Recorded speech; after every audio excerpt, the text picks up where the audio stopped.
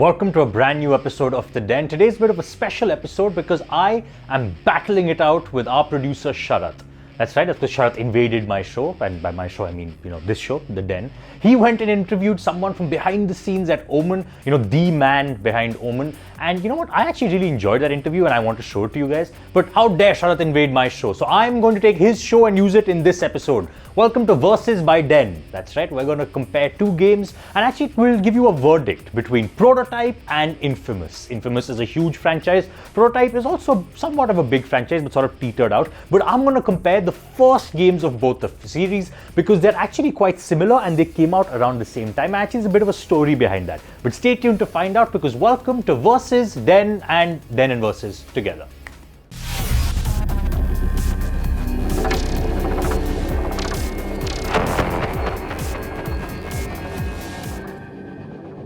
So let's just start off because you don't have much time since Sharath took all the time with the interview. Again, I'm actually very appreciative, Sharath. Thank you so much. But still, I want to do Versus on Den. So today we're going to go ahead and compare Infamous and Prototype. Now, Infamous and Prototype are both games that came out around the same time and they followed the same premise of an anti-hero. For those of you that don't know what an anti-hero is, it's, well, a protagonist that is just morally flawed. Now, Infamous and Prototype are similar because they both involve superhero protagonists. Prototype has a superhero protagonist which can go ahead and shapeshift into various life forms as well as into different weapons, while Infamous has lightning-based combat. But let's get started. So on story, right?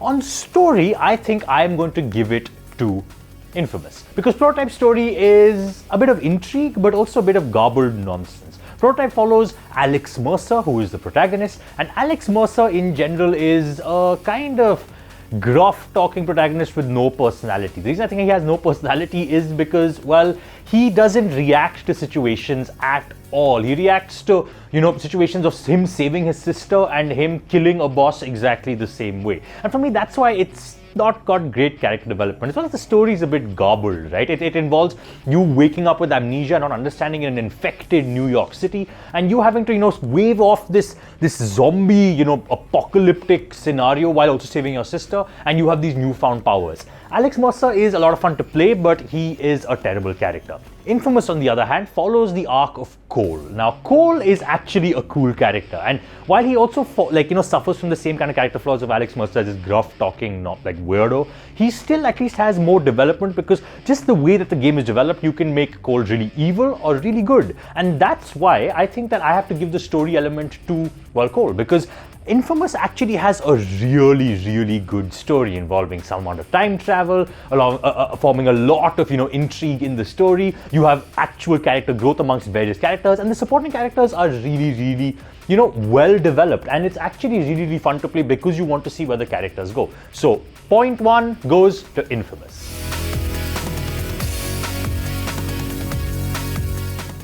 Let's move on to gameplay, right? Gameplay-wise, Prototype takes it hands down. And I'm not just saying this as a Prototype fanboy because for me, Prototype is the ultimate sandbox in terms of traveling. So what makes sandbox games so amazing is the ability to traverse the sandbox in a really, really fun way. And Prototype does it really, really well. You can go ahead and glide across buildings, jump from the highest skyscraper, and plow down onto a tank, and just overall the gameplay mechanics of Prototype are really, really fun. That's honestly Infamous isn't fun, but Infamous follows more of an FPS kind of combat, like not FPS maybe, but like a third-person shooter to be more specific.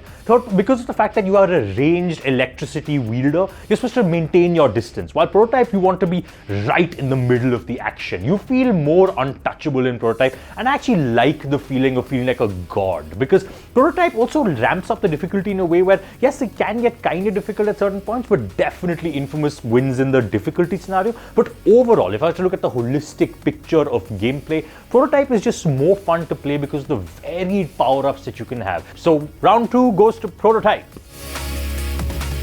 Well, stay tuned because after the break, we're going to give you our final verdict of Infamous versus Prototype.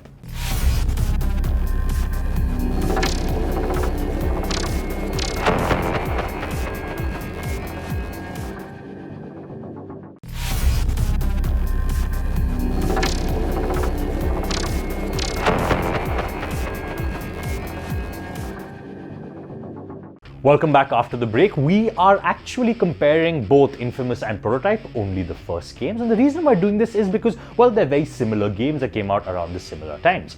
So if for those of you that don't know, actually this was reviewed by many reviewers upon release as, similar games. In fact, one such reviewer, Yahtzee, who reviews for the website Zero Punctuation, went ahead and actually said, I can't decide which game is better, so you know what? I'm going to leave it to a mindless contest. And the contest was that each of the video game developers had to develop the other's protagonist. So for example, the makers of Infamous had to develop, the prototype protagonist, and the prototype developers had to develop the Infamous protagonist, and they had to both render their, rival protagonists in women's lingerie, and whoever did it better would win according to Yahtzee. Now, and in fact, they actually did this. Both the publishers came out and actually said, we want to know who wins Yahtzee. Here are entries, and Yahtzee actually copped out and didn't really give. He laughed it off. He said, "Oh, I can't believe this actually happened." But over here, we're not going to cop out. We're definitely going to give you a verdict. But let's move on to innovation. Which of the games is more innovative?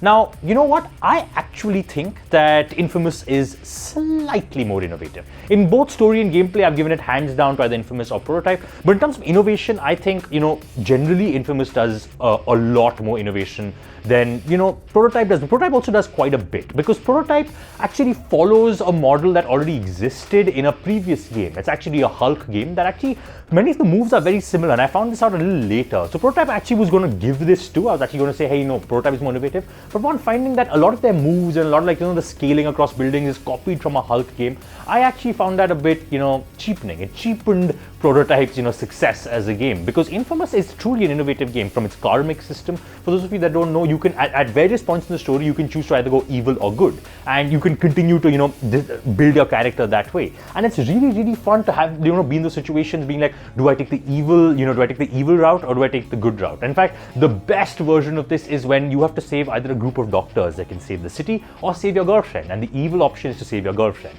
And if you take the evil option, your girlfriend dies anyway, and she chastises you for not choosing the doctors, thereby, truly cementing your evil path. And, just stuff like that I found really, really interesting. It's innovative in its storytelling because it double hoodwinks you. It almost says, hey, this might be an option for personal gain, but no, it really isn't. And I really like that about Infamous because of the fact that it uses its superheroes timeline really well. Also, the aesthetics of of Infamous are better. They've used this nice comic book style, and I really, really like the game in general. So definitely innovation goes to Infamous.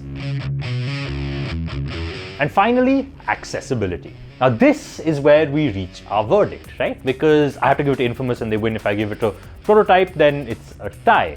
But you know what? Accessibility, I'm going to give it to both. I can't choose between which one is more accessible because they're both really, really accessible games. In fact, I actually did an experiment with this. About a year ago, I actually gave two newbies, people who don't play games at all, a copy of both Prototype and Infamous. And they both finished the game actually around the same time, and they both had equally enjoyable times. And the reason why I did that was because I genuinely wanted to tell what could be more enjoyable, and they seem to both enjoy those games. So I actually don't know which one it is, because both provide nice learning curves, both provide this ability to know what you want to do. So in fact, Prototype does it in a cooler way, where Prototype, in the beginning, you have all your powers. Prototype does this time travel mechanic thing where you are straight in the future and you're telling your story as if, from the future. So you have all your powers in your first ever level. So you see the extent of carnage you can do, and then you work your way to that carnage. I think it's a really cool way to bring in new players. Hey, you see that cool thing you did at level 1? You can do that. If you're really good, let's just wait till level 16. And I really like that feeling of what you're working towards.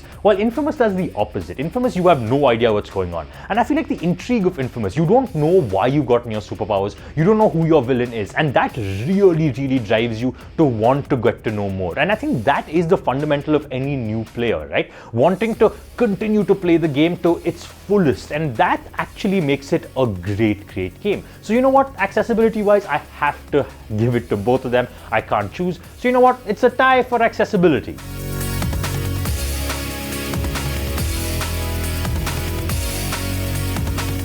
Reason why I actually think Infamous overall is a slightly better game than Prototype. Even though I've put more hours into Prototype, I still think Infamous overall is a better game. It provides a better narrative, it genuinely is a lot of fun to play through the character of Cole, and it actually invests you in a series that is really good. Not to count that the sequel, Infamous 2, is an absolutely beautiful game. Prototype 2 is terrible. I'm sorry, Prototype. Like, it's genuinely bad. So you know what? Infamous is the better franchise. Infamous 1 is the better game, just slightly so. So you know what?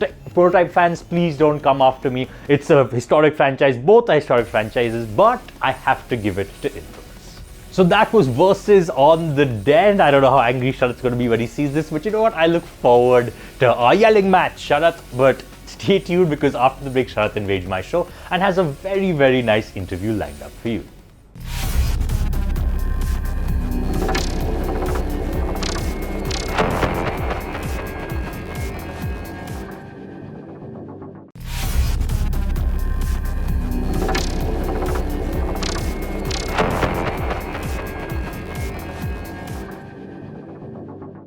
Welcome back. Now is the time to let Sharat take over the den. Sharat, what do you have for me? He can't really respond because he's already recorded it, but it's okay. It's fine. Let's just toss to Sharat.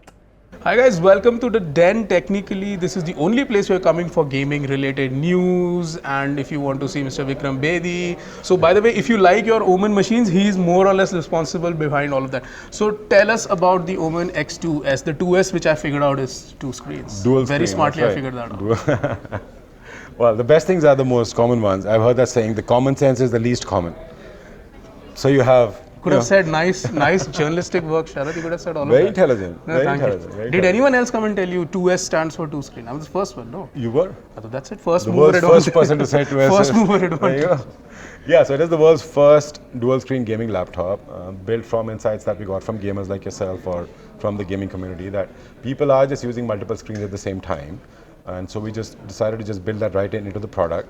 It is less distracting. It is more inclusive in terms of which app you can move and how.